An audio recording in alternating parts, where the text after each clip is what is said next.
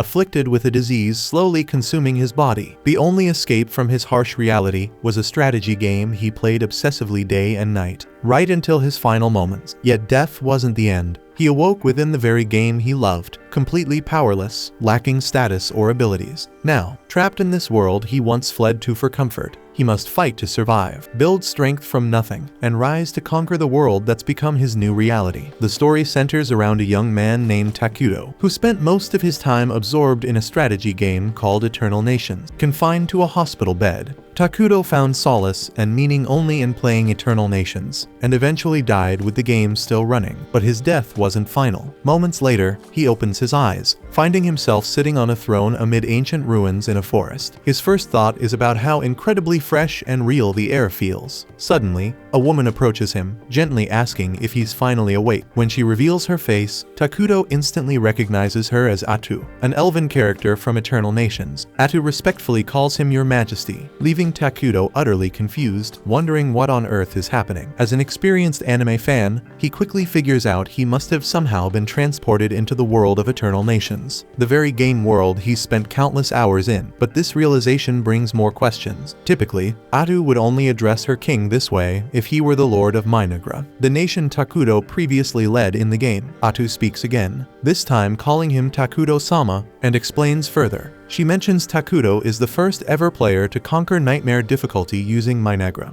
widely known as the toughest civilization in the game. She proudly reveals that Takuto is listed on the game's global leaderboards, giving him legendary status. Takuto's confusion deepens even further. How can a mere game character know about things beyond her own game world reality? And Atu gently explains that she remembers everything, every victory, every defeat, each word Takuto ever spoke to her through his screen, and the entire journey they shared together until now. Hearing this, Takuto is overcome with emotion, tears forming in his eyes. He tells Atu how happy he is to finally speak to her directly, confessing she was always his favorite character in Eternal Nations. Atu warmly replies that she feels precisely the same way. Still, none of this clarifies how he ended up here. So Takuto looks at Atu directly and asks if it was she who brought him into this world. Atu honestly admits she has no clue how they got here, as she herself only arrived a few minutes ago. Still, she's certain of one thing: the place they're in feels exactly like the world of Eternal Nations, regardless of their location. Atu is deeply grateful she's finally met her true king in person. Holding Takuto's hands gently, she urges him to begin their journey anew together. Atu shares her dream of rebuilding an empire with just the two of them, and since Takuto has nothing else left, he gladly agrees to join her quest. When Takuto extends his hand to formally shake on their partnership, Atu suddenly switches to her NPC persona, introducing herself dramatically as Sludge Atu, an illegitimate child born of a fallen world. She solemnly pledges her entire being, mind, soul, and body entirely to Takuto. Though Atu's character is technically evil, the theatrics feel painfully cliché, leaving both her and Takuto momentarily embarrassed. Still, Takuto decides to lean into it, dramatically declaring that alongside Atu, his trusted right hand, he'll establish Minagra, the most sinister empire of them all. Takuto then turns to Atu, asking if she remembers what Minagra must always do first. Proudly, Atu states they should hide themselves away completely, staying unseen like true recluses to avoid discovery. Taking action immediately, Takuto summons an emergency production scout, a strange insect-like creature with extremely long legs, given Minagra's alignment with evil and destruction. All their units naturally look horrifying, including this scout. Regardless, Takuto issues commands, instructing it to thoroughly investigate their surroundings, and Atu sternly reminds it that disappointing their king isn't an option, and obediently, the scout departs on its assigned task. Takuto then reveals to Atu that he can actually see through the scout's eyes,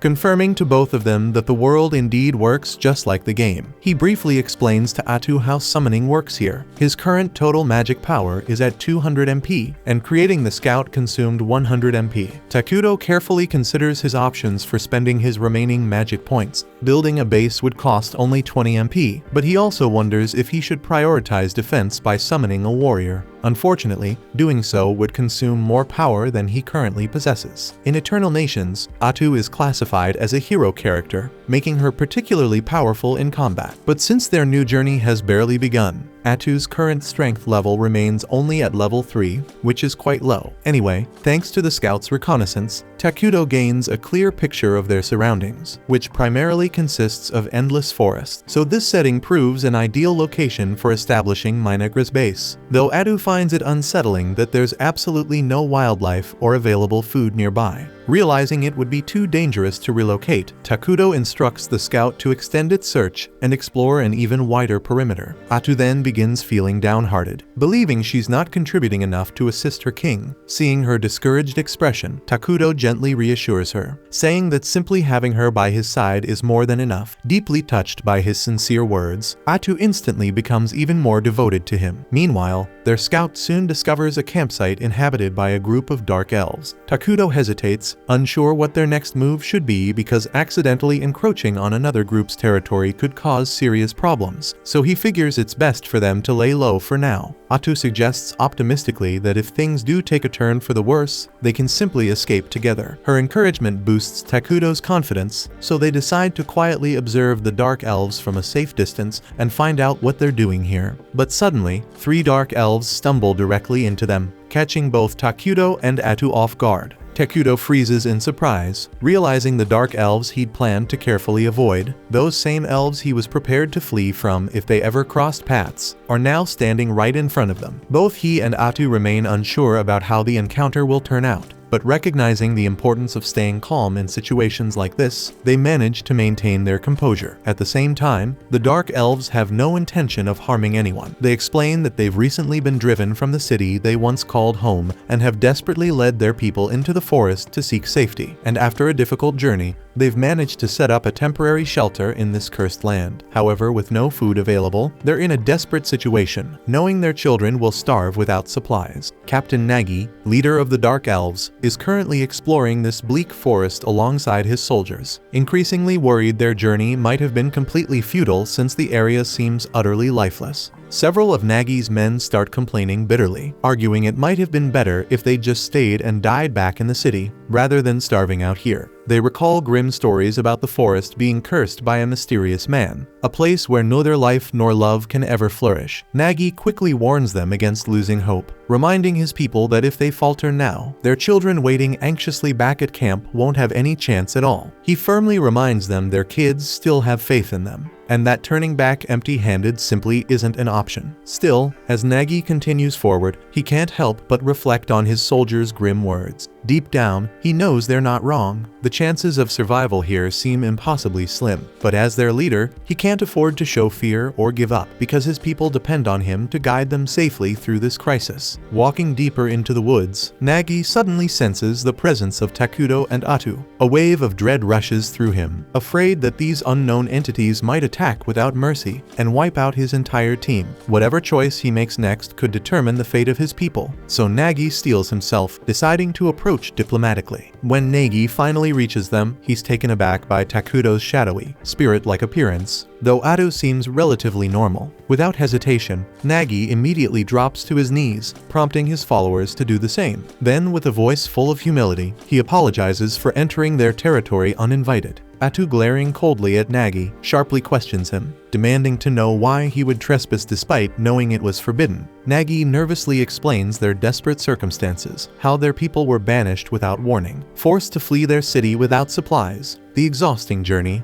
and the starving children still waiting anxiously in the forest. Feeling increasingly anxious under Atu's harsh gaze, Nagi braces himself, convinced they're about to execute him. However, Takuto surprises him by calmly asking if he's hungry. Nagi hesitates nervously, uncertain how to respond, until Atu firmly instructs him to answer her master's question. Quietly, Nagi admits he is hungry, and immediately, Takuto conjures several apples out of thin air. Nagi stares in bewilderment, never having seen an apple before. Unsure if they're even edible, Takuto kindly assures him that the fruit is juicy and delicious, encouraging him to try it. Still hesitant, Nagi looks behind him, shocked to see his men already devouring the apples eagerly. Atu then firmly urges him to eat as well, Yet Nagi still feels uneasy. Noticing his hesitation, Takudo promptly conjures pairs as well. Now Nagi is openly suspicious, deeply confused by Takudo's generosity. The Dark Elves had always been viewed with hostility, constantly rejected by others. To suddenly encounter someone willing to help without any hidden motive felt disturbingly unnatural. Nagi finally states he'd rather bring the food back to feed the starving children in their camp. But before he can even finish his sentence, Takudo conjures even more fruit for him. Overwhelmed, Nagi can only feel gratitude and disbelief.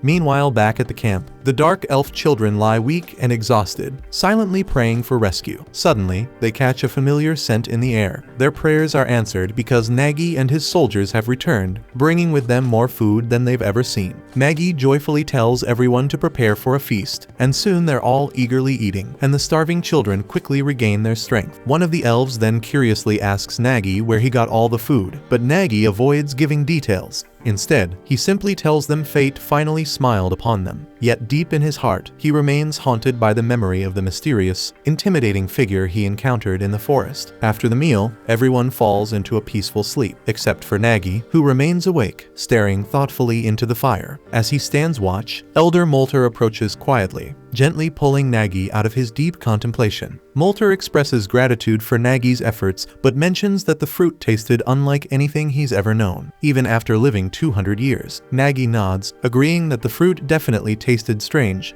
Molter presses him about where the food came from, prompting Nagi to confess they encountered a legendary figure after wandering deep into the cursed forest. Hearing this, Molter wonders aloud if it was perhaps the King of Ruin, recalling ancient stories about a mythical being said to appear when the world becomes too crowded, destroying everything and returning civilization to darkness. But no one knows if those legends hold any truth, since nobody's ever witnessed it personally. Molter asks Nagi directly if the mysterious figure introduced himself as the King of Ruin. Nagi admits Takudo never actually introduced himself at all. He only spoke through a servant. Molter insists there's no way a dark entity like that would offer assistance for free, demanding to know what Nagi promised in exchange. Nagi, however, insists it was purely an act of generosity from Takudo, nothing else. Molter remains skeptical, arguing no evil being ever offers help without hidden motives. Nagi firmly calls Takudo the Great One, determined to defend him and emphasizing that he simply chose to help. Molter counters that such a noble title doesn't suit the rumored King of Ruin, but Nagi refuses to budge. He argues passionately that Takudo deserves the respect because he helped them in their time of need, and frustratingly wonders if it might have been better if they'd all died rather than receive such aid. Hearing this, Molter reluctantly concedes Nagi's point,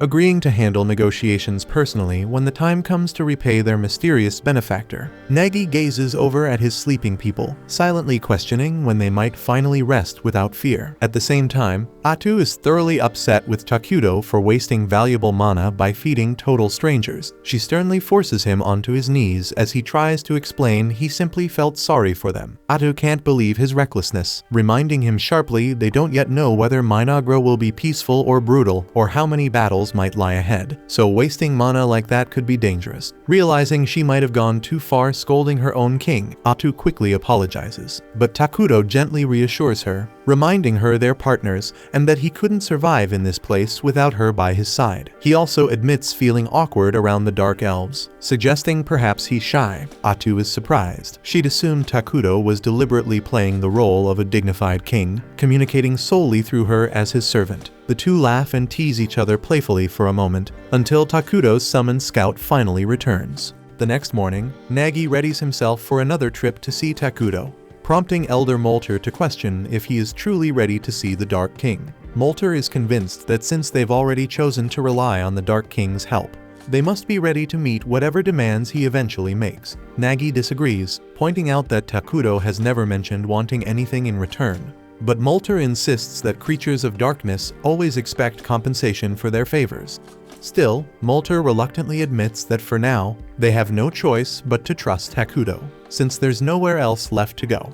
So they decide to visit Takudo together, completely unaware that his insect scout had been observing their entire conversation. Takudo quickly calls back the scout to report to him, and upon hearing that the elves are on their way, he He quietly hopes they'll just pick up the remaining food he had prepared yesterday and leave without causing a fuss. Anxiety quickly starts to grip Takudo as he explains to Atu that he's terrible with conversations and doesn't know if he'll be able to negotiate properly with the Dark Elves. Atu reassures him she'll handle it herself, adding that this will also show the Dark Elves that her king wouldn't stoop low enough to speak with them personally. Shortly after, Molter and Nagi arrive, and the elder Molter greets Takudo with an overly formal and eloquent salutation, almost like something straight out of cover letter, thanking him for the generous provision he offered his folk. Molter then respectfully asks permission to know the identity of their Dark King. After receiving permission from Takudo, Atu reveals his name proudly, declaring him to be the feared Dark King of Ruin himself. Both of the Dark Elves become visibly shaken upon having their worst fears confirmed. Atu then coldly instructs them to simply take the food and leave, because it's not going to last much longer anyway. Yet, Molter politely insists on repaying Takudo for his generosity and asks what they can possibly give him in return. Atu coldly informs him that there's nothing in their possession capable of pleasing her king, so attempting repayment would be pointless. She then questions if the elves even have anything left that they consider valuable at all, causing Molter to hesitate as he realizes they genuinely have nothing worthwhile to give. Noticing his hesitation, Atu immediately gives him a cold, intimidating stare and suspiciously asks him if he's secretly planning something. Molter becomes visibly flustered, and Takudo quickly realizes their conversation is going downhill fast, so he immediately signals Atu over to quietly discuss how they should proceed. But Atu becomes frustrated because she thinks Takudo is being way too soft on these two hopeless elves, and she insists these guys have zero clue how to handle negotiations, and if this continues, they'll just turn into an annoying headache later on. So she dramatically suggests killing them both and displaying their heads around the base as a clear warning. But Takudo quickly tells her to stop acting like a psycho. He calmly explains that the elves genuinely seem to want peaceful coexistence and sincerely wish to repay their kindness. Instead of just handing out freebies, he suggests they ask for something small in return, keeping their relations with the elves positive. Atu reluctantly agrees and then tells the elves that her king has generously decided to accept their offer of repayment. Seeing Molter suddenly relax makes Takudo and Atu both realize he was freaking out earlier because he had totally assumed Takudo would act like a typical villain. Atu scolds Molter for misjudging her king so harshly, but then she pauses, realizing she doesn't actually know what to ask them for. Thankfully, Takudo quickly comes up with a great idea and suggests that they ask the elves to provide them with information about the world outside this forest. Molter immediately lights up with relief, promising eagerly that he'll share every bit of knowledge he's gained about the outside world. Atu nods but adds sternly that once Molter has provided the information, he and his tribe must leave the forest immediately. This shocks Nagi and Molter deeply, and they quickly plead to be allowed to continue living there under Takudo's protection. But Atu snaps at them to quit pushing their luck if they value their lives. Nagi tries to argue further, but Molter quickly silences him, admitting they must respect the king's wishes. They begin turning to leave, but watching them, Takudo suddenly feels a pang of guilt for kicking them out like this. He abruptly changes his mind, telling Molter and Nagi that instead of leaving, they can become citizens of his kingdom. Both elves freeze up completely, stunned by this unexpected kindness, though no one is more shocked than Atu, who can't believe what she's hearing. She immediately questions Takudo's logic, asking what the hell he's thinking. He calmly reminds her about the refugee system from the game, allowing different races to peacefully join their nation. And since dark elves are neutral aligned, he points out they'll easily blend in with their kingdom's evil attribute, making coexistence entirely possible. Atu still isn't totally convinced because evil-aligned species usually end up causing drama among themselves, but Takudo gently refreshes her memory that their main citizens, named homunculi, literally look like humans who got shredded and put back together by a 5-year-old, and there's no way they're going to be hanging out with those creepy things all day. The horrifying image of the homunculi immediately pops into Atu's mind, instantly changing her mind. She quickly agrees and turns to Molter and Nagi, declaring that Takudo plans to build a full-fledged kingdom soon and is generously offering them citizenship if they're willing to swear loyalty. Molter hesitates, asking what exactly it means to become their citizens, and Atu bluntly answers that they'd basically become evil-aligned beings. Still, she assures them with a sly smile that being evil isn't nearly as bad as it sounds. It's actually a lot more fun. Not long after, Takudo and Atu visit the Dark Elf settlement. where everyone anxiously awaits their arrival. They're so terrified that some of the weaker elves pass out at just the sight of Takudo. Calmly, Takudo takes his place on the throne with Atu at his side, who announces clearly to everyone gathered that from now on, they officially belong to their new kingdom Minagra. She then asks Takudo if he's certain, and with a confident he says yeah, and then confirms that on his screen, and just like that the Dark Elves are officially citizens of Minagra. Atu congratulates them, emphasizing that from now onward, their safety and survival are personally guaranteed by their new king.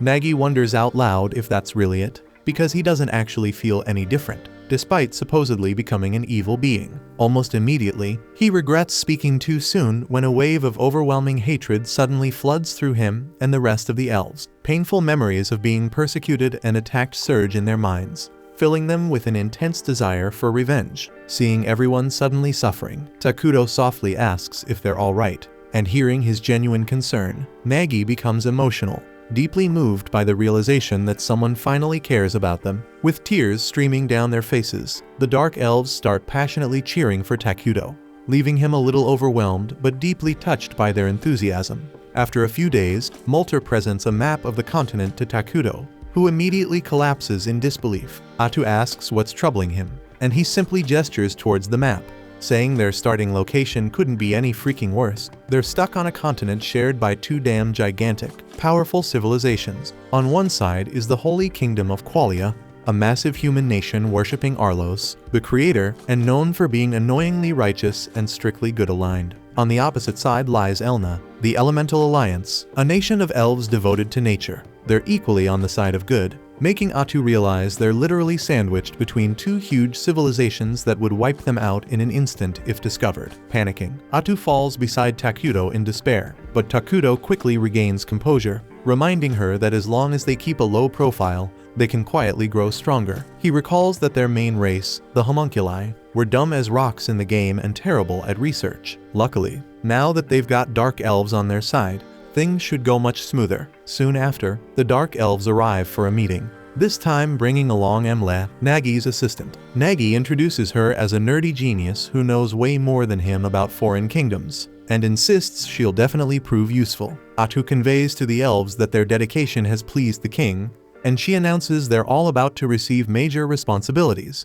directly ordered by Takudo himself. First up, Molter is tasked with managing internal affairs. Atu says she expects big things from him, especially since she learned he knows magic too. Next, she appoints Nagi as the head of Minagra's warriors, charging him with building a powerful military for defense. When she leaves recruitment up to him, Nagi gets way too excited, shouting dramatically that he'll destroy all their enemies and proudly mount their heads as trophies. But Takudo's already feeling queasy at the gruesome imagery.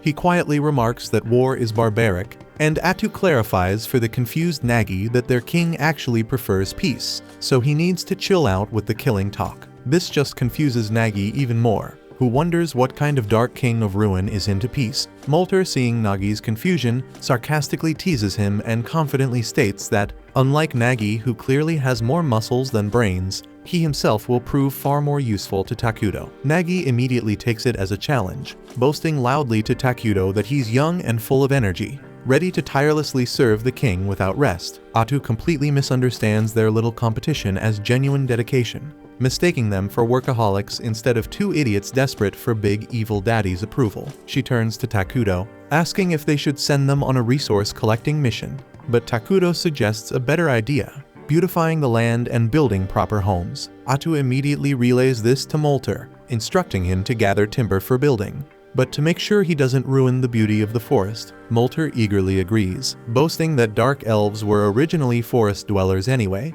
so he'll handle it perfectly. Takudo then adds that they should reforest the areas they clear, causing confusion among the elves who've never even heard the term before. Realizing this world might be more primitive than expected, Takudo cautiously asks if they're familiar with military magic or the 6 major elements. Molter replies that he's only heard of 4 major elements, while Emily admits she's never even seen military magic being used by any kingdom.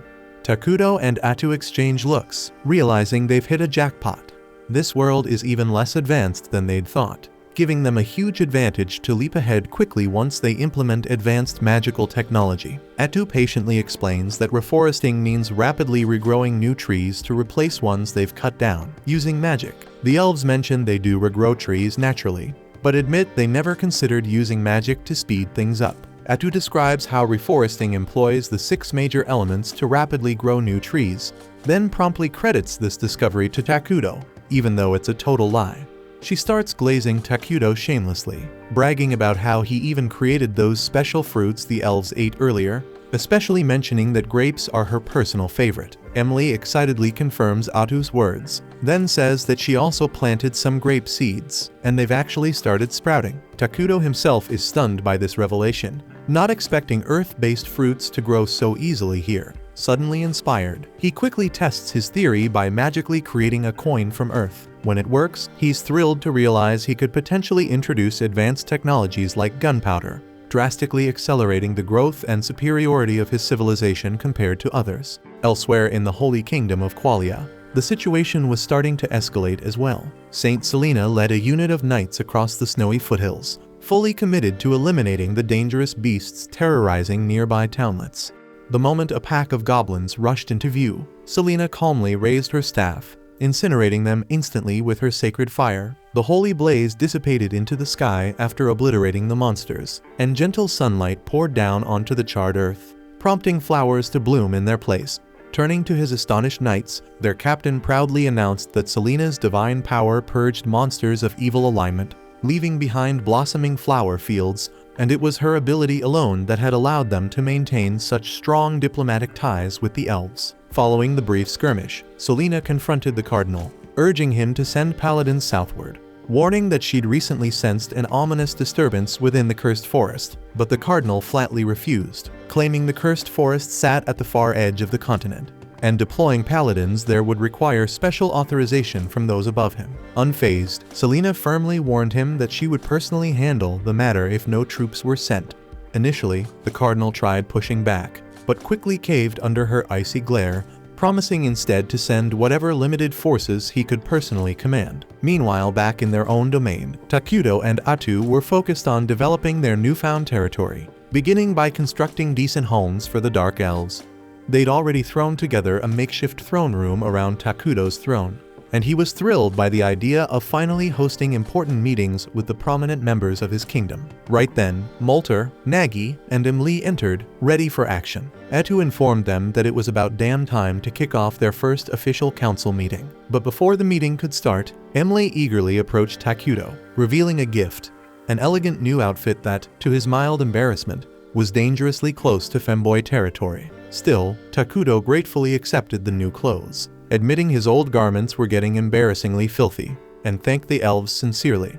Oddly enough, the elves couldn't see any visible change in his appearance, but they decided to trust Atu's enthusiastic praise about how perfectly the outfit suited their beloved leader. With the clothing crisis resolved, Atu briskly began the council meeting, only to realize Takudo was still hopelessly lost in admiring himself. Slightly annoyed but unsurprised, she chose to carry on the meeting herself, casually suggesting she'd consult Takudo whenever his actual input was needed. And Takudo happily agreed to her suggestion, fully content to keep silently fawning over his own fabulousness. As the meeting begins, Molter immediately asks Atu about the type of buildings they ought to prioritize. So Atu confidently suggests they start with food production facilities and promptly reveals a disturbingly grotesque plant, announcing that it will serve as their primary food source for now. The elves visibly cringed, barely able to hide their disgust, before hesitantly asking Atu what the hell that horrific thing was supposed to be. With unsettling enthusiasm, she informed them it was called the flesh plant, a unique delicacy of their civilization.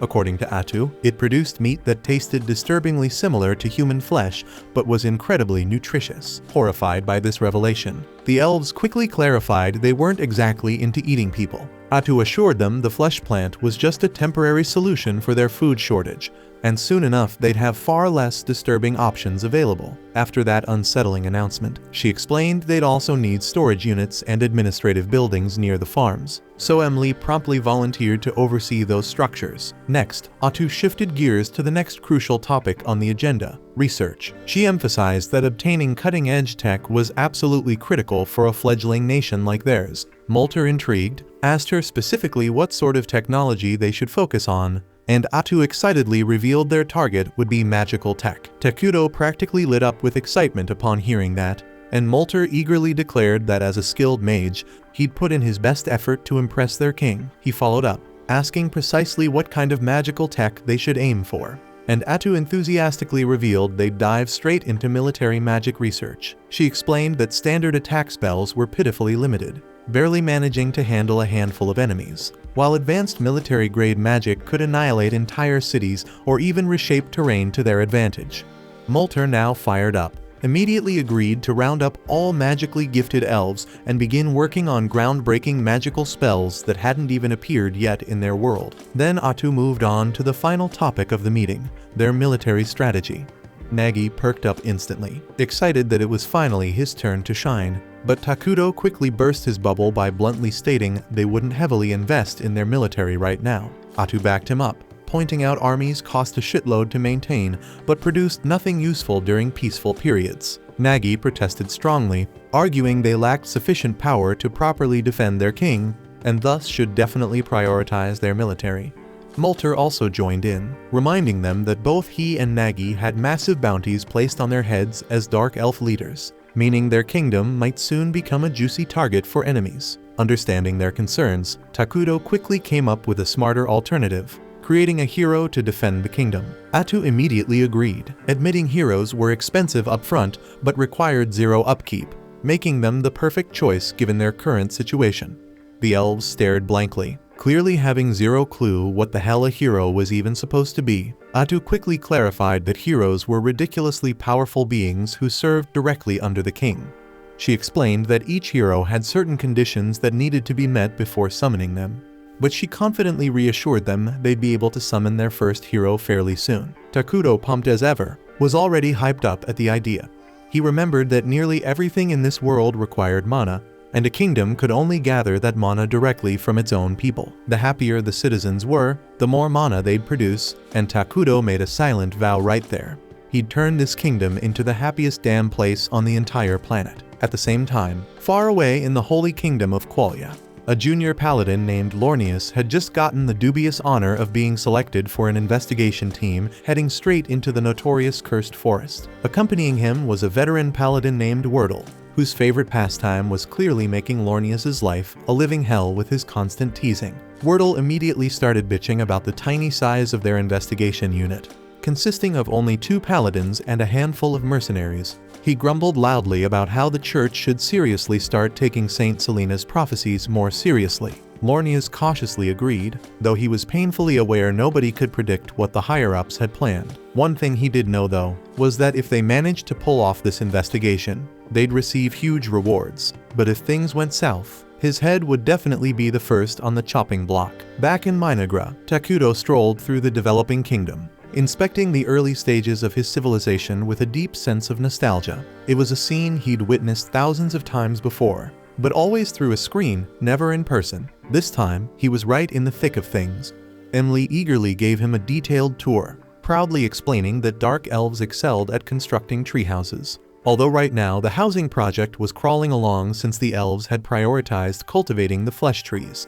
Fortunately, the grotesque flesh trees seemed to be thriving nicely, and they'd already managed to build storage and administrative facilities. Emily also mentioned that they'd discovered a freshwater spring close by, and were now trying to find ways to draw water from it. Meanwhile, Molter and a bunch of other mages had been grinding hard on their magic research in a recently completed lab. Hearing all this progress made Takuto feel genuinely relieved, but he was particularly delighted to hear that the elves were proactively handling things, like seeking out water sources on their own. Seeing the elves, who had looked utterly drained when they'd first arrived, now smiling happily was a huge relief. When Takuto shared his joy with Emily, she suddenly burst into tears of happiness, completely startling him. Takuto panicked momentarily at the unexpected meltdown, But thankfully Emily quickly regained her composure and continued the tour as if nothing had happened. Next, Emily guided Takuto and Atu toward the flesh tree farm. With noticeable excitement, she explained that,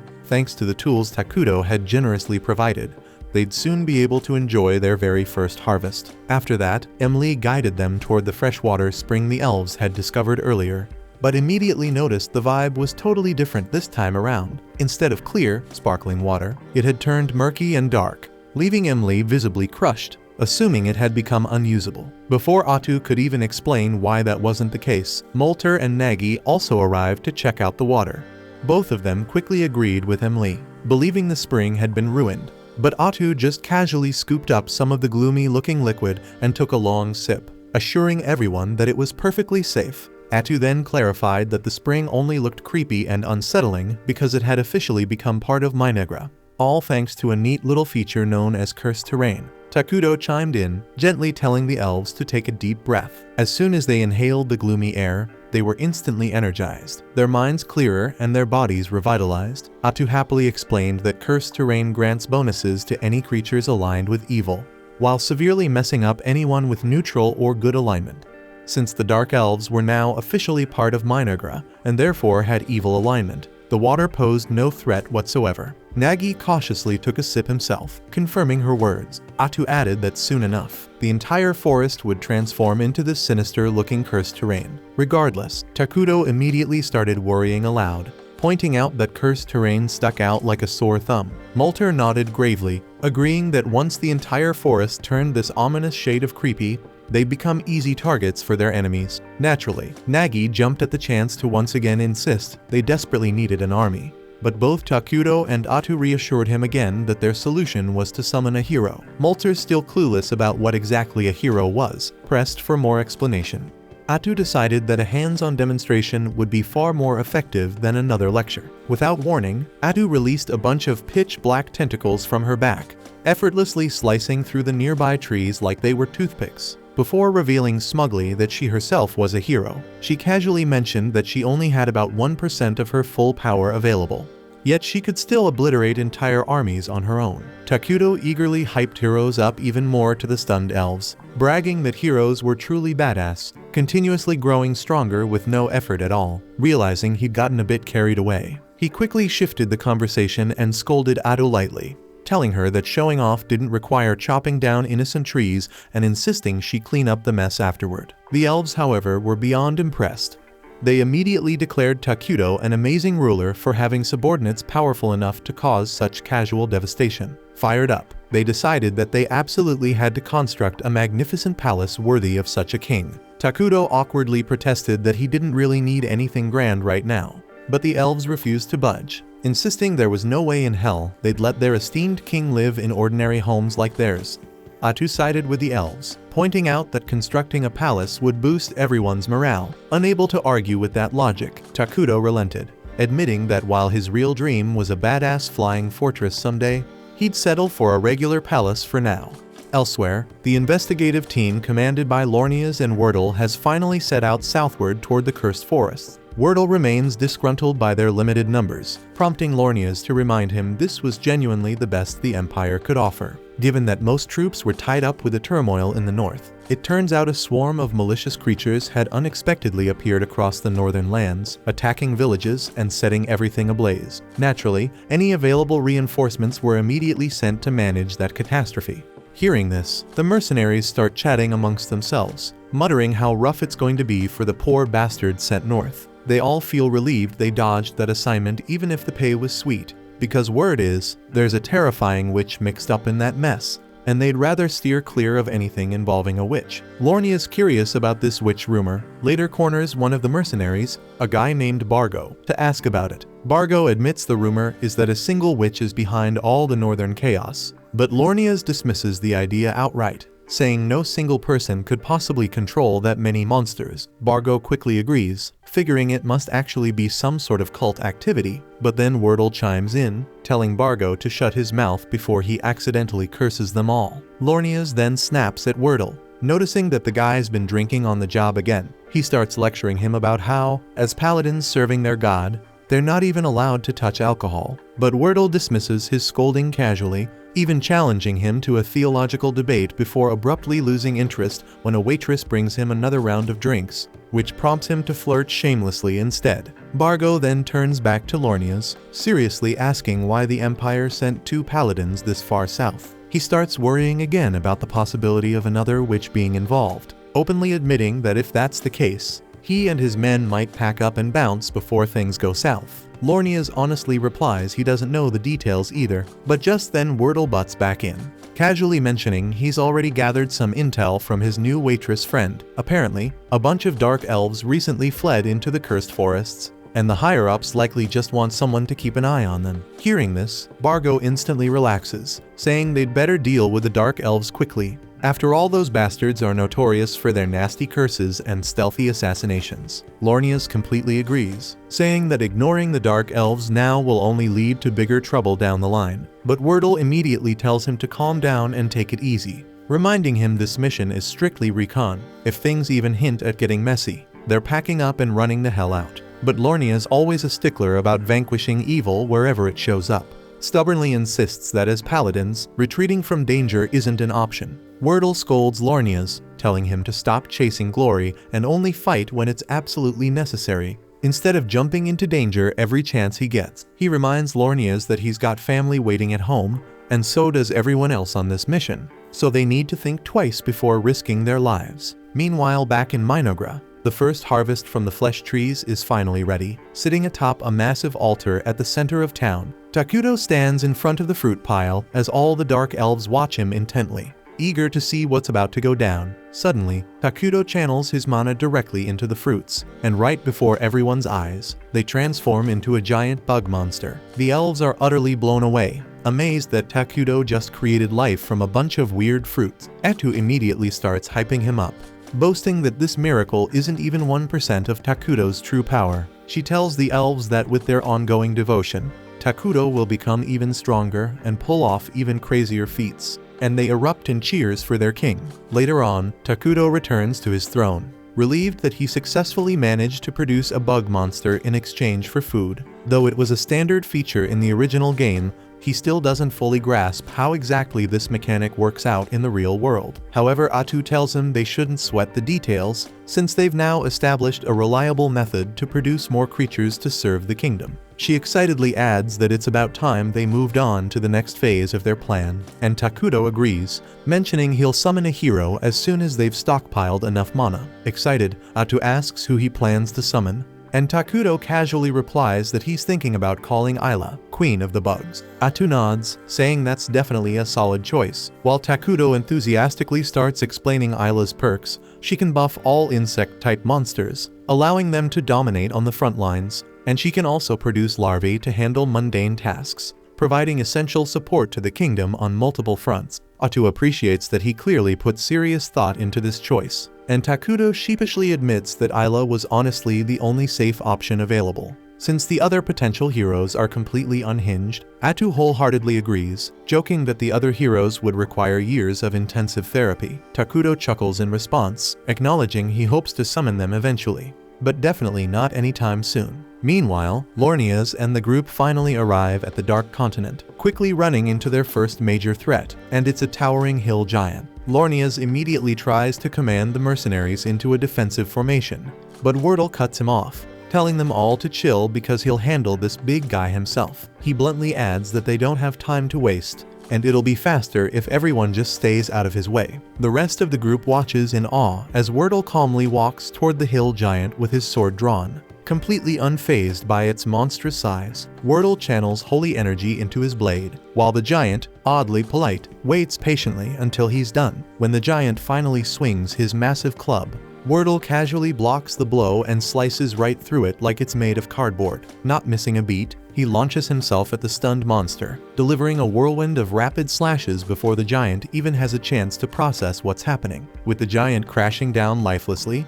Wordle casually strolls back to his teammates like he just finished a casual morning workout. Lornias is absolutely hyped, immediately praising Wordle and confidently declaring that their mission is practically in the bag now that they've got him. But Wordle's serious expression quickly sobers everyone up, making Lornias uneasy with his skepticism. Meanwhile, back in Minagra, Takudo is happily munching down on a burger when Atu gently nags him to eat something healthier. Takudo playfully protests, reminding her that he spent way too long in the hospital surviving on boring, flavorless health food. So now he's determined to explore all the tasty junk food life has to offer. He then gets a little worried when he realizes Atu herself has been surviving exclusively on salads for days, but she reassures him that this diet suits her just fine. They chat for a while about how quickly construction has progressed lately, when Takudo suddenly remembers something important. He asks Atu to call Molter and the others once they're finished eating, since the new scout bugs they recently created have completed mapping the nearby areas. He reveals that he's planning to deal with a human settlement they discovered nearby, asking Atu first to confirm if the town belongs to the Holy Kingdom of Qualia. She's fairly confident the settlement is independent and aligned neutrally, which is a huge relief for Takudo, since it means negotiation might actually be possible.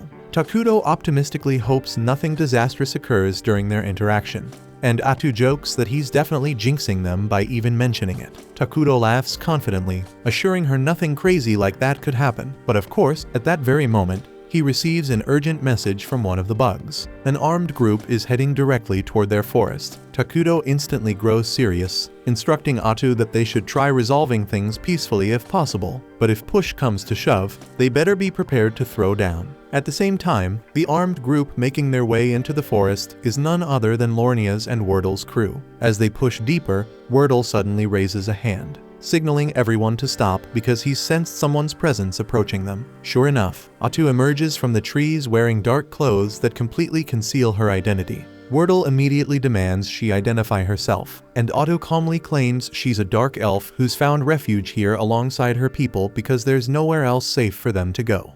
Wordle acknowledges her situation but bluntly tells her to step aside because their group has orders to investigate this forest. Atu firmly responds that they shouldn't go any further, causing Wordle's instincts to flare up, sensing something shady going on. But before he can say more, Lornias rudely jumps into the conversation, yelling at Atu and demanding how she dares disobey a servant of God. Wordle sharply snaps at him, telling him to shut his mouth and stop interrupting.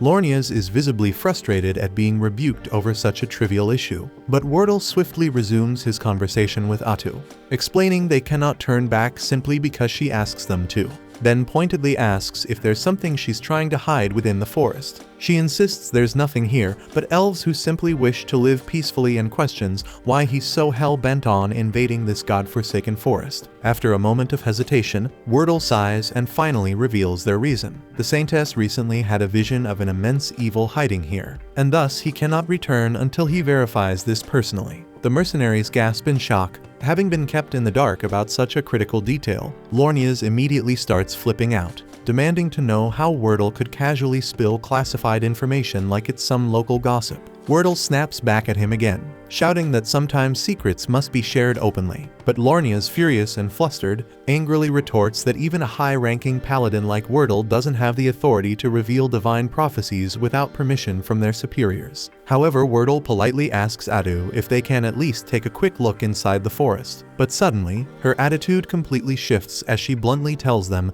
there's absolutely nothing inside that's worth their precious time. She firmly urges them to turn back immediately. But Lornias grows furious at the sheer audacity of a dark elf daring to defy a divine prophecy. He senses the air around Atu shifting ominously, confirming his suspicions that something deeply sinister lurks within the woods that they must investigate no matter what. However, Wordle appears open to negotiation, trying to de-escalate the tension. He calmly asks Atu to swear on her own god that no threat to the Holy Kingdom of Qualia is hiding in the forest. Atu readily takes the oath, even swearing by her deity that it's actually they who fear Qualia far more than Qualia could ever fear them. Satisfied by this, Wordle announces they're retreating, much to Lornias' complete disbelief. Lornias immediately protests, insisting it's blatantly obvious that the woman is hiding something crucial. But Wordle just snaps at him, calling Lornias a faithless coward and telling him to stop projecting his own paranoia onto others. He declares that they found absolutely nothing of concern, officially ending their investigation. With that, Wordle begins walking away confidently, but Lornias has finally reached his boiling point, refusing to let Wordle make another reckless decision. He sternly informs Wordle that he's officially revoking his authority as a high paladin for casually spilling a divine prophecy to an enemy and abandoning his sacred duties. He swiftly orders the mercenaries to follow him deeper into the forest to uncover the evil hidden within. Bargo quickly agrees, mostly because Lornius is the guy signing their paychecks. And there's no arguing with money. Atu desperately pleads with them one final time to stop, but Lornius coldly ignores her and commands his men to capture her immediately, even as Wordle shouts at him not to escalate the situation further. Ado lets out a weary sigh, sadly acknowledging that peaceful negotiations have collapsed into utter failure. Seconds later, the mercenaries suddenly find themselves skewered on Atu's spikes, transformed into human kebabs before they can even blink. Lornius himself was knocked out, and when he woke, he never even comprehended what hit him, and the only one who did see everything and is still alive is Wordle. And he shouts at Lornius that they're dealing with an actual freaking witch. Atu then calmly sheds her disguise, remarking regretfully how unfortunate it was that peaceful talks had to end so violently. Apparently, a few more of those jerks are still kicking, prompting Wordle to immediately shout for somebody to hurry back and alert the kingdom about this nightmare. But Bargo quickly dismisses that idea, pointing out that every messenger they had now becomes pierced like a shish kebab. Besides, the remaining mercenaries are nowhere near fast enough to escape, especially with Atu currently busy skewering anyone who tries to leave. With zero options left, Wordle tells everyone to grab their damn weapons, because now they've got no choice but to fight. He commands the mercenaries to unload everything they've got, so they fire a volley of arrows, but Atu effortlessly deflects them all like she's brushing lint off her coat. Wordle curses his luck, knowing full well that the absolute last person he wanted to go up against was Atu, and funny enough, she's just as annoyed to be dealing with him. She makes it painfully clear this entire situation is Lornius's fault,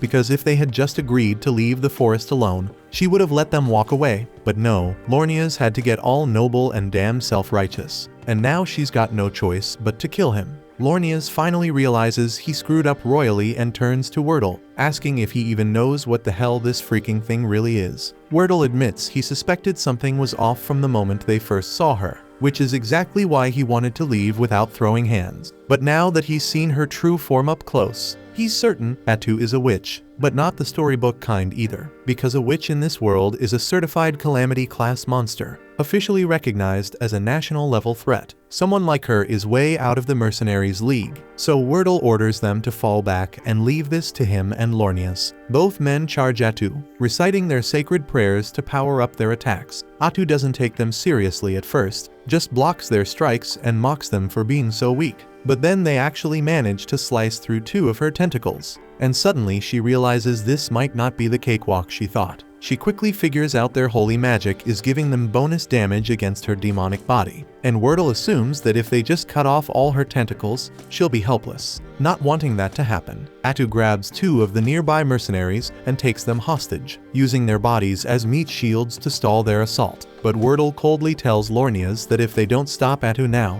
she could eventually turn her wrath toward Qualia, and for the sake of the entire nation, sacrifices have to be made. Lornius hates the idea, but he grits his teeth and agrees. With zero hesitation, both men charge forward again, slicing through the hostages and Atu's final 2 tentacles in one clean, ruthless strike. Atu's honestly surprised they had the balls to slice through their own allies like that, and for a brief moment, it even looks like she might actually be in trouble. But no, because this whole thing has just been a damn joke to her. 1 second later, a fresh wave of tentacles erupts from the ground like weeds on steroids, and Wordle is instantly skewered multiple times like a pincushion. With blood pouring from his wounds, Wordle uses his final breath to shout for Lornius to get the hell out of here. But that makes Atu annoyed, so she silences him for good with a tentacle straight through the skull. Lornius is frozen in disbelief, absolutely rattled, because he was certain they'd chopped off all of Atu's tentacles, which they did. But Atu never once said she couldn't grow more. In fact, she's been able to summon an unlimited number this entire time. But she just didn't feel like it. She's been toying with them like a bored cat swatting at bugs. After witnessing Wordle get brutally annihilated, the remaining mercenaries completely lose their will to fight, and judging by the freaking look on Atu's face, she has zero intention of sparing any of them. Seeing no other choice, Lornius yells for everyone to scatter and run in different directions, hoping at least one of them can escape and warn the kingdom about what really went down here. so the mercenaries immediately drop their weapons and bolt like their asses are on fire. Atu surprisingly doesn't bother chasing them. She just watches them go, sighing in annoyance, wishing they'd done that in the first place because it would have saved her a ton of effort. Lornias, however, stays behind, determined to keep her occupied. He then charges her with everything he's got, holy sword gleaming, but to his utter horror, Atu blocks the strike flawlessly, using the exact same holy sword technique. He stumbles back, unable to comprehend how a monstrous creature like her could possibly have access to a sacred technique meant only for the pure. Normally, that would have been impossible, but Atu coolly explains that when she killed Wordle, she absorbed all of his experience and sword skills. Every ounce of training, every technique, now hers. With a grin, she begins attacking Lornias using Wordle's own moves, mocking him as she does. She even praises Wordle, saying he was truly worthy of being called elite. But sadly, he died because Lornias couldn't keep his damn mouth shut. Then she leans in, taunting him, asking if he ever thought about making it home to his wife and daughter. That's when the blood drains from Lornias' face because he never said a word about his family. That's when it hits him. She didn't just take Wordle's skills, she took his damn memories too. And if Odo can do that, then every kill just makes her even more terrifying. She then casually asks Lornias if he's curious about Wordle's final thoughts before she finished him off. Turns out, unlike a selfish bastard like Lornias, Wordle was genuinely concerned for the lives of his men right up until his last breath. Lornias desperately tries defending himself, saying the other mercenaries have already fled to report back to the kingdom, claiming their mission wasn't a complete disaster. But Atu just chuckles coldly, calmly telling him all those mercenaries are already dead. She admits she wasn't in the mood to chase them herself, but that didn't mean she'd just let them run off. Besides, she never said she was alone. She'd already ordered her dark elves to hunt down every single merc who tried to escape, and now they're nothing but corpses in the dirt. Lornias is hit by a wave of despair, realizing he's the last one standing. Driven by panic, he takes one final, pathetic swing at Atu's head, and she savors every bit of his agony. Within seconds, she's effortlessly subdued him, but instead of ending him right away, Atu cruelly twists the knife, vividly describing how things could have turned out if he just listened to Wordle. They would have all safely returned home, and Lornias would have seen his wife and daughter again, spending the rest of his life happily oblivious to any horrors lurking in the forest. But no, Lornias had to play hero. So now she's going to kill him, and then she's gonna hunt down his family too, just because she can. Atu reveals she can easily pluck the image of his wife and daughter right from his memories, names, faces, address, everything. And she's absolutely petty enough to follow through. Hell, she might even slaughter every single person living in the villages Lornias passed on his way here. And while each of them is dying the most painful death imaginable, she'll make damn sure they know it was Paladin Lornias who brought hell down on them. Lornia screams, desperately begging her not to do it, but Atu's already bored of his whining, finally putting an end to him just to shut him up. Right after Lornias hits the ground, Nagi comes up to inform Atu that all the escaping mercenaries have been dealt with, so there won't be any survivors to spread word of today's events. Atu calmly thanks Nagi for his efficiency and instructs him to handle disposing of the corpses too. But before Atu can leave, Nagi hesitantly asks if she's serious about her plan to slaughter Lornias' family and anyone he's ever crossed paths with. Atu just laughs, saying she was just talking smack to scare the hell out of Lornias before finishing him off. She clarifies that mass genocide is way too exhausting, and besides, she's a self-proclaimed peace lover, so starting pointless fights is just too exhausting for her tastes, and she's not about that life unless someone forces her hand. With that out of the way, she cuts the chat short because she urgently needs to talk to Takudo. Moments later, Atu approaches Takudo and shares something odd she noticed before the fight. Wordle called her a witch, despite her clearly being classified as a hero. He also rambled something about a witch causing trouble up north. Takudo is confused because there was never any witch class in the game they came from, prompting Atu to suggest that this world must differ significantly from the one they're familiar with. Takudo nods thoughtfully, having already suspected that, while many of the game's mechanics remain intact, they're better off assuming the underlying rules have fundamentally changed. Luckily, the differences aren't entirely negative because Atu's ability to absorb skills from those she kills has gotten a massive upgrade. Now, she also inherits fragments of their memories, which allowed them to gather valuable intel from Qualia's scouting team, and according to those memories, Qualia is currently distracted by the northern disturbance, meaning Minogro won't be on their radar anytime soon. Still, the complete annihilation of their scouting party is bound to raise some red flags, prompting Qualia to eventually investigate. Takuto's fully aware of that risk. But since Qualia knows nothing concrete about Minagre yet, he's confident they won't jump straight into a fight unless their leaders have the ick of a potato. At the moment, he's far more concerned about this northern disturbance and the mysterious witch behind it. Atu tried extracting every detail about witches from Wordle's mind, but the guy was clueless. However, one chilling fact stood out crystal clear: the witch called Irakino is wreaking havoc up north, and she was strong enough to single-handedly deal massive damage to Qualia's forces. At the same time, up in the Northern Territory, Irakino's casually finished demolishing yet another village and is already prepping to move on to the next. To top it off, she raises every villager she slaughtered as undead puppets to serve her. Takuto has absolutely no clue about Irakino's true powers, but given that she's causing this much mayhem so soon after arriving, he suspects she might have come from another world, just like him and Atu. If that's the case, things are about to get a whole lot messier. Atu, unsure of their next move, asks Takuto what they should do. Judging by the sheer carnage Irakino's caused, she's clearly evil-aligned, which theoretically means they might vibe with her. Atu wonders if maybe they should reach out and see if they can form some kind of alliance, but Takuto immediately shoots that idea down because they have zero intel on what Irakino's personality is like. Atu is frustrated that things had to spiral out of control right when Minagre was finally hitting its stride. Takuto reassures her that Irakino's still far away in the north, meaning she's not their immediate headache. Still, these threats have shown that Minagre desperately needs stronger defenses, so Takuto decides he's gotta summon another hero and fast. Initially, he had planned to choose Ayla, but considering recent developments, he'll probably have to go for a more combat-oriented option. Plus, his original strategy of staying hidden might need rethinking, especially with unpredictable threats like Irakino popping up, so they'll need a legit alliance soon, and Qualia is obviously out of the question after Atu brutally wiped out their paladins. But the nation to the east looks promising.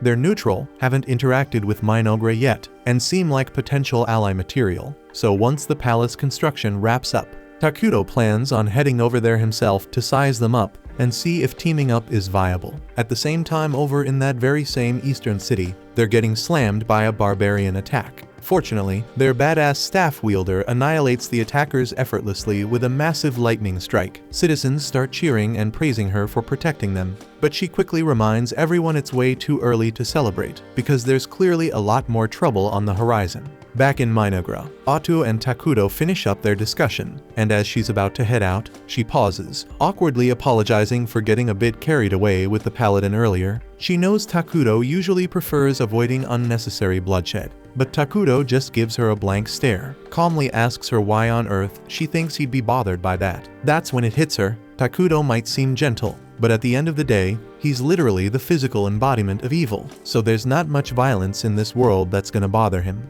Soon after, construction on Takuto's castle is finally completed, marking what feels like the first big milestone in the rise of his domain. The sight makes his heart leap. After all, having a grand residence has been a quiet dream of his for years, so Atu smiles proudly and vows that one day the castle will soar high enough to pierce the sky. But then all the talk about halls and courtyards prompts her to notice an awkward detail. Despite being the monarch, Takuto doesn't have a single personal attendant. He's never given it much thought, but Atu points out that a ruler without at least one aide looks strange. She then asks him what kind of servant he'd prefer so she can begin searching for a suitable candidate.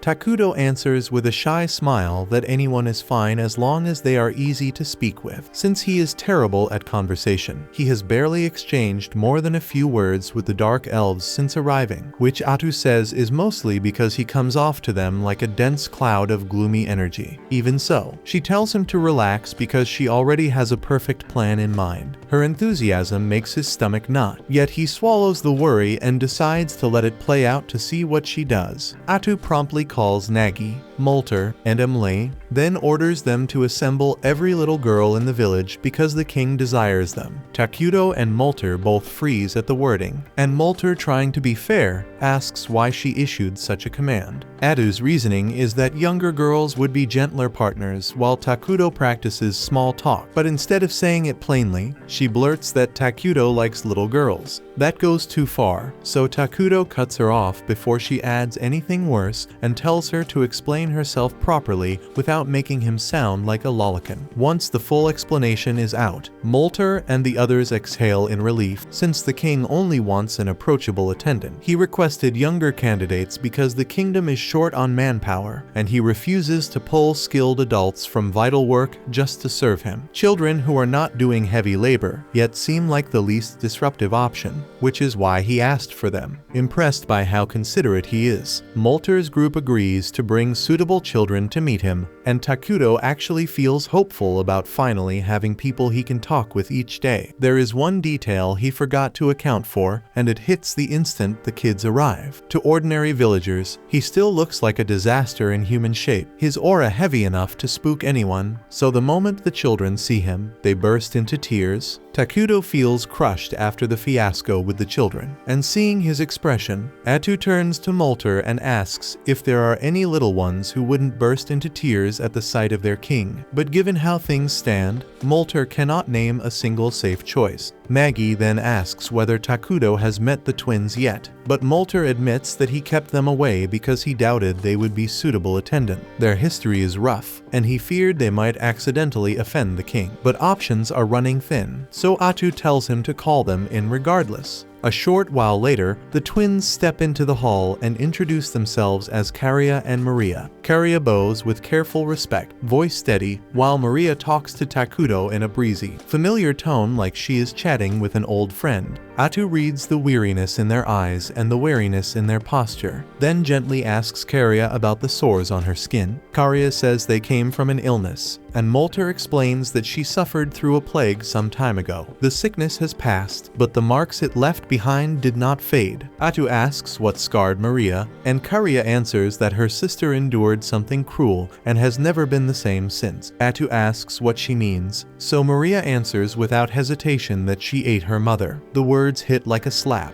far worse than Atu expected, so she turns to Molter for an explanation. He says he is not proud of what happened, but in that moment it was the only path left, and the Dark Elf tribe still honors the sacrifice that Karia and Maria's mother made for them. Hearing that, Takuto remembers the long exile across brutal ground after the elves were driven out. In marches like that, hunger becomes a tyrant, and sometimes survival demands impossible choices, and the thought leaves his chest so tight. Being forced to eat her own mother cracked Maria's view of the world. The small grace is that she shows no fear of Takuto at all, though Atu is uncertain she would make a stable attendant. But while Atu weighs the idea, Maria pads over to the throne, standing close. She peers up and says he looks white to her. Takuto blinks at that, surprised since almost everyone else describes him like walking darkness. But Maria sees something different. With a smile, he asks if she would be willing to serve as his attendant and look after him, and Maria nods and says she will try her best. So Takuto formally appoints her as his servant, and also as a candidate for leadership within the Great Minagra. Atu is astonished because that is the longest back and forth Takuto has ever managed with anyone besides her. But despite Maria seeming willing, Karia has barely spoken, so Takuto gently asks for her thoughts on the offer. Karia says that as Maria's younger sister, she is duty-bound to stay at her side, and if Maria wishes to serve as Takuto's attendant, then Karia will stand with her and do the same. The answer makes Takuto visibly happy, and he tells them that starting today, they are responsible for looking after him, while Nagi and Molter trade uneasy looks at the choice. When the others file out, Molter approaches the throne and says there is something he must share about the twins. Since the day their mother died, they have not been able to feel even the smallest emotion, as if their hearts shut tight to survive. Keeping them as attendants will bring its own set of problems. Yet Molter asks that Takuto meet those challenges with patience and tolerance until the girls slowly open up again. The next morning, Maria and Karia begin their official service, and the hiccups start right away. Maria walks in with a glass of water, catches her own toes, and splashes the whole thing on Takuto. Karia quickly offers a cloth, apologizing for her sister's slip, because this is not the only time something like this shit has happened. But Takuto calmly says it is fine and that he is not angry.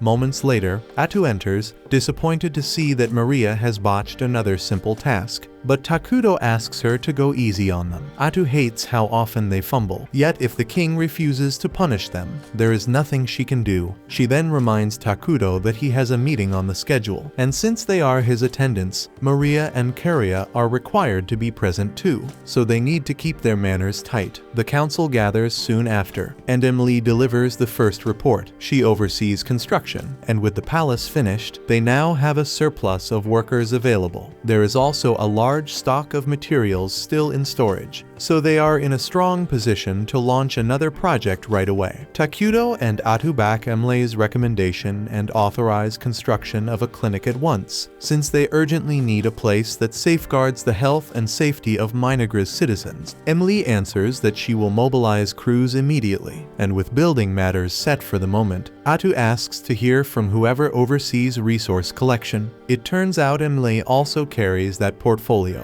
which means they will likely need to expand staff soon. She reports that gathering food and raw materials is proceeding smoothly, and thanks to Takuto's assistance, they have been securing daily necessities the nation cannot produce on its own. However, that method burns through a great deal of Takuto's mana, so alternative supply routes must be found soon. Because leaning on emergency production, this often is not perfect, but for now it is a critical cost. Takuto answers without hesitation that they can keep leaning on him, then adds that they must prioritize buildings and research that raise his mana output so the burden eases over time. Atu then thanks Emily for the grind and moves the agenda to magic research. Molter rises to deliver his report, and he has successfully devised military magic, but at the moment, he alone can wield it. But with enough practice, he is confident his subordinates will learn to do the same, and they may even be able to cast stronger spells by tapping the palace's supply of ruined mana. But since Takuto has made it clear he does not intend to start wars, opportunities to use that power should be rare. But for now, Atu instructs Molter to concentrate on the 6 major elements in the magic skill tree, because those branches will best support national development. Then, Atu asks Nagi for the army update, and he reports that their forces currently field 5 scout bugs, and most of their time has gone into mapping the unknown reaches of the accursed land. The terrain outside the forest is largely open plains, which lets them probe that region with a lower chance of being seen. Even so, stealth remains a top priority for Minagra right now, so the scouts are operating under strict limits on how far and how boldly they can range. Atu says it is fine, since they already have a thorough survey of the forest in hand, then tells Nagi to put the scouts on routine sweeps along the woodland perimeter. He asks if she truly wants every bug shifted to patrol duty, and she can read the worry about their current fighting strength. She answers that she alone can swat any threat that shows up, and on top of that, she and Takuto have already settled on creating a new hero, and Takuto adds that they will go ahead and summon Ayla after all. Takuto then asks whether all the prerequisites have been gathered, so Molter reports that timber and rations are stocked and ready, though the heavy mana cost is still an issue. After plenty of back and forth and a little compromise, the council wraps, and Takuto feels quietly proud of how well everyone is carrying their load. He then heads toward the throne chamber, papers in hand, when Maria bumps into him and sends the meeting documents skittering across the floor. Karia bows, apologizes for her sister, and hurries to help gather the pages, only for the two of them to tug the same sheet and tear it clean in half. They glance up,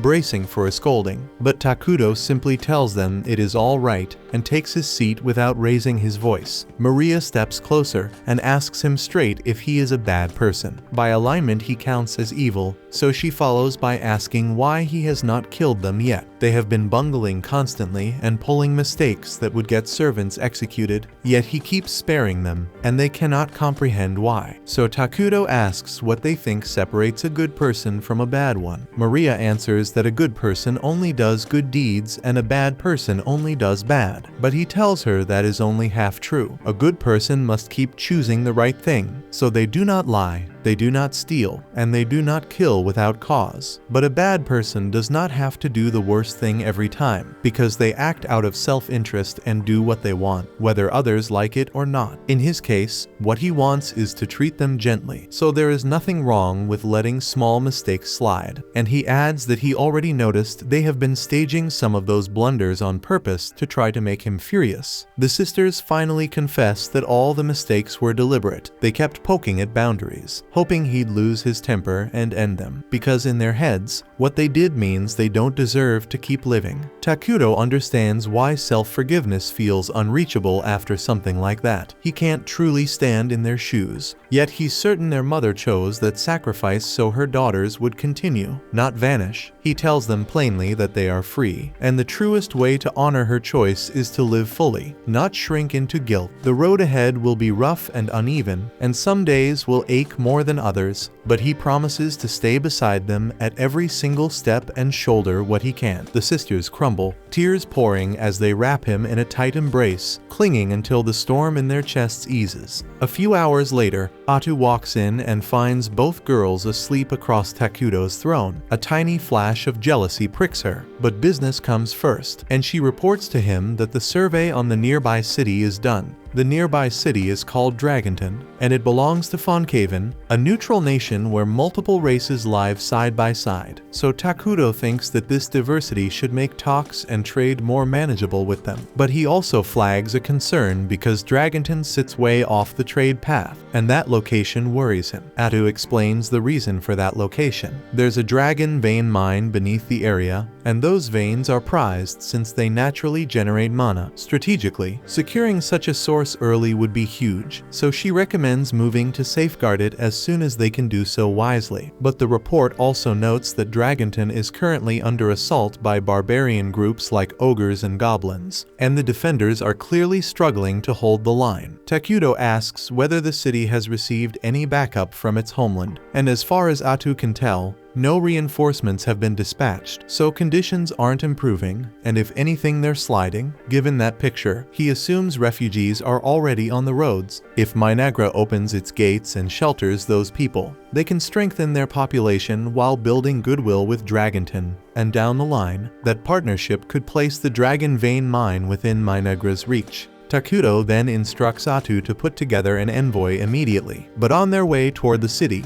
Atu's group encounters a squad of beastkin out in the wilderness, and the atmosphere turns tense fast. Their commander Tonakapali is shaken to her core by the sight of Atu and the others, because they're covered in a darkness so heavy it can actually be seen with the naked eye. Her men, already unnerved, are so frightened they're on the verge of lashing out in panic, and Tonakapali knows one wrong move could provoke disaster, so she's doing her best to steady her warriors before fear drives them into a fight they can't possibly survive.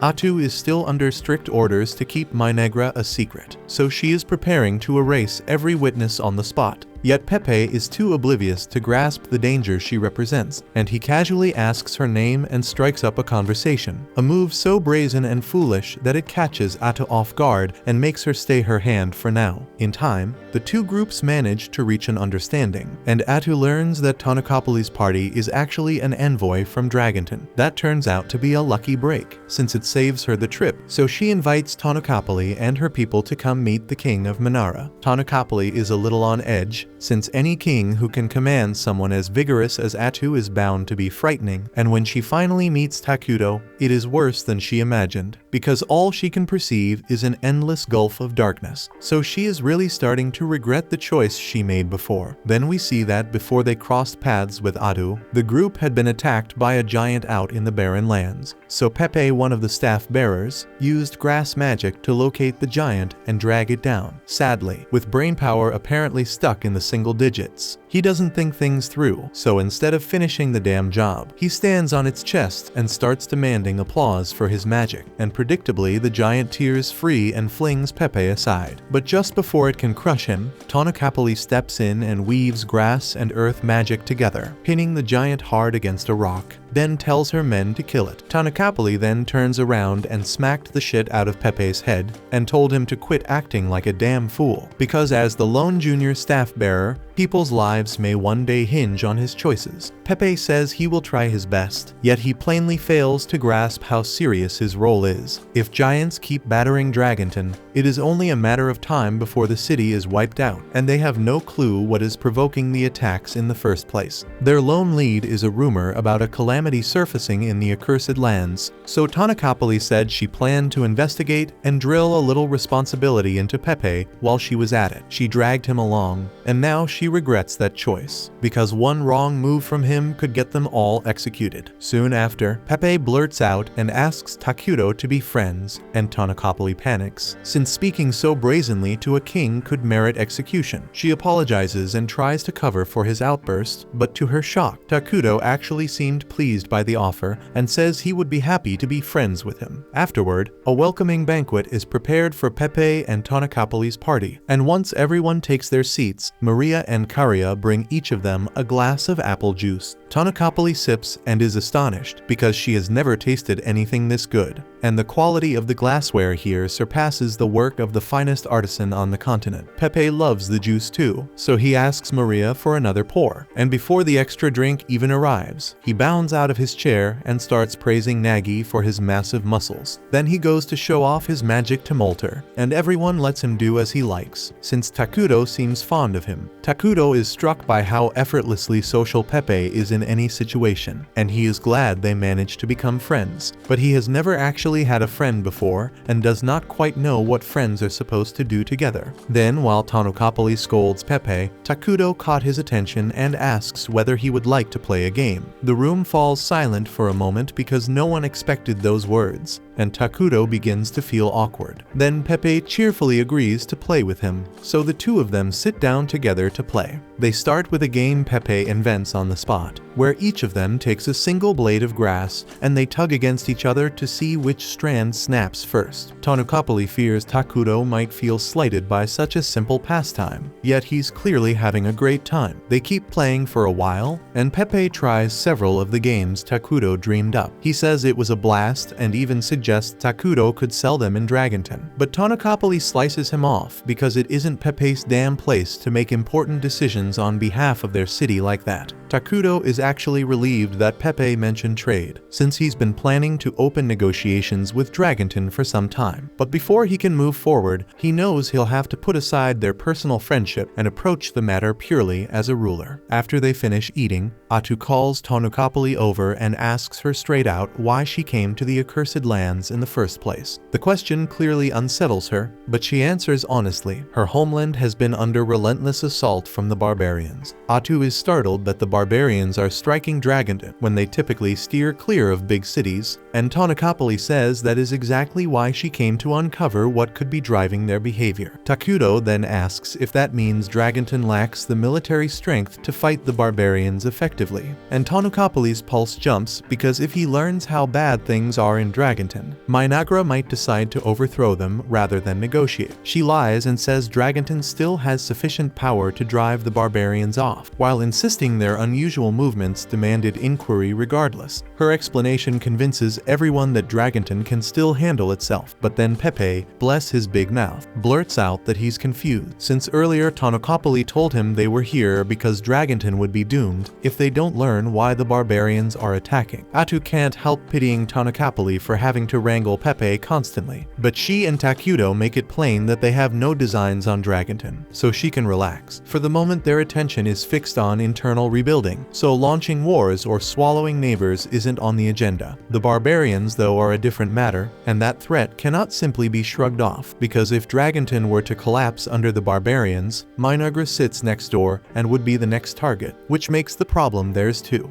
Tanakapali is startled and asks if that means they're prepared to step in, because after overstretching to build a town by the dragon vein, Dragonton will topple if nothing changes. Atu turns to Takuto for the call, and he says he wants to stand by his friend, so he is willing to provide whatever aid is needed. Thrilled, Tanakapali still asks what he wants in return, since the idiot Pepe has already blurted how damn desperate Dragonton's situation is. Atu answers without ceremony that they want the dragon vein, and Tanakapali had prayed that it would not come up. yet in her current bind, she cannot refuse. Atu adds that there is no need to fret, since she and Takuto are fine with joint stewardship of the Dragon Vein with Dragonton. For now their mana demand is small, but they want the exclusive right to decide the Vein's elemental conversion. That revelation stuns Tanakapali because Minagra already has the method to convert raw mana into elemental power, a milestone that would have taken Dragonton 10 more years. It becomes obvious that Minagra's society is well ahead of theirs, so an alliance would pay huge dividends. Even so, tradition says the call belongs to Pepe, and he may be a fool at times, yet as the youngest staff bearer, he is by extension the nation's future ruler. He also reads people well, so she asks if he wants to proceed with the alliance, and Pepe says he wants to be buddies with everyone in Minagra. And with that settled, the two realms make the alliance official. Not long after, Atu convenes a strategy session to lock in the terms with Dragonton. Minagra will ship a stream of consumables to their city, and in return, Dragonton will deliver metalware and everyday essentials. Molter welcomes the arrangement. Until now, they had leaned on Takuto to furnish those supplies, but the standout gain is direct access to the Dragon Vein. Credit also goes to Pepe, because if he hadn't blurted out Dragonton's true condition, Tanukapali's bluff confidence would have held, and diplomacy would have gone nowhere. In that case, Dragonton might have collapsed long before Minagra could lend any help. Takuto even wonders if Pepe is actually a fool, or if he nudged events on purpose to reach the best result. Switching topics, Atu says they need a plan for managing relations with Dragonton from here on. Maria and Karia trade puzzled looks and ask whether anyone actually knows what Dragonton is like as a country. They chased the negotiation so hard they forgot they have never set foot there, and real alliance maintenance means understanding an ally's culture and values. When Takuto was playing the game, forging friendship took a single tap, so it never occurred to him that keeping it now would demand sustained effort. Given the gaps, Atu proposes their first move be to scout the capital, Crescent Moon, even though it sits far from Minagra. However, a detailed look would take quite a while, so Takuto suggests postponing that for now, since the immediate priority is helping Dragonton repel the giant. Even so, Molter reminds them that visiting another nation isn't something you just do. There are protocols to follow. Maria and Karia then raise their hands and ask if they could simply go for fun. And childish as it sounds, the idea is actually smart. If they treat it as a friendly call before sending an official mission, they can set out immediately. Molter then volunteers to go, but Takuto feels he is far too senior to serve as a courier. To the other side, Molter would read as Minagra's top arcane chancellor, which makes him a non-starter. The same logic applies to Nagi and Emle, whose posts are equally critical. What they need is a trusted face that Takuto can vouch for, who is not overly high in rank. And right on cue, Maria and Karia lift their hands to volunteer. Takuto turns the idea down on the spot, worried the trip could be risky, so Atu offers to take the assignment, but Molter reminds her she is Takuto's most trusted confidant, and aside from Takuto, arguably the most indispensable person present. Maria and Karia then step up to Takuto and remind him that he granted them the freedom to make their own choices, so right now they want to do everything they can to help him, even if it is risky. Takuto hesitates to approve the mission, but he cannot bring himself to refuse those earnest faces, so he eventually agrees to let them go, and Atu sulks. Jealous that Takuto yielded to someone else's cuteness, Emily still voices concerns about sending the pair alone, but Takuto says it is fine since he already has skilled escorts in mind. After the council breaks, Takuto returns to the throne room, and Atu is still pouting about his capitulation to Maria and Karia's request. Leaving him unsure how to proceed, he turns to Maria for advice, and she says he should tell Atu exactly how he feels. So he decides to give it a try. He walks up to Atu and apologizes for making her feel uncomfortable, but she does not need to fear about being replaced because he is extremely thankful for everything Atu does for him, and for the fact that she is always at his side. So he tells her there is no one he would rather be with, and that is all Atu needed to hear. In fact, she is already picturing a happily married life with Takuto, and while he has no freaking idea what is running through her head, he is simply glad she is no longer upset. A little later, Takuto leads Maria, Karia, and Atu to the clinic, though none of them understands why he brought them there since no one is ill. Takuto explains that the clinic was inexpensive to build, so he went ahead and put it up on a whim. But since Maria and Karia will soon head out on a mission, he figures he may as well assign the new plague doctors he created to escort them as protectors. That concludes this episode. Thank you for watching. If you want to see the next part, be sure to subscribe to the channel and turn on the notification bell.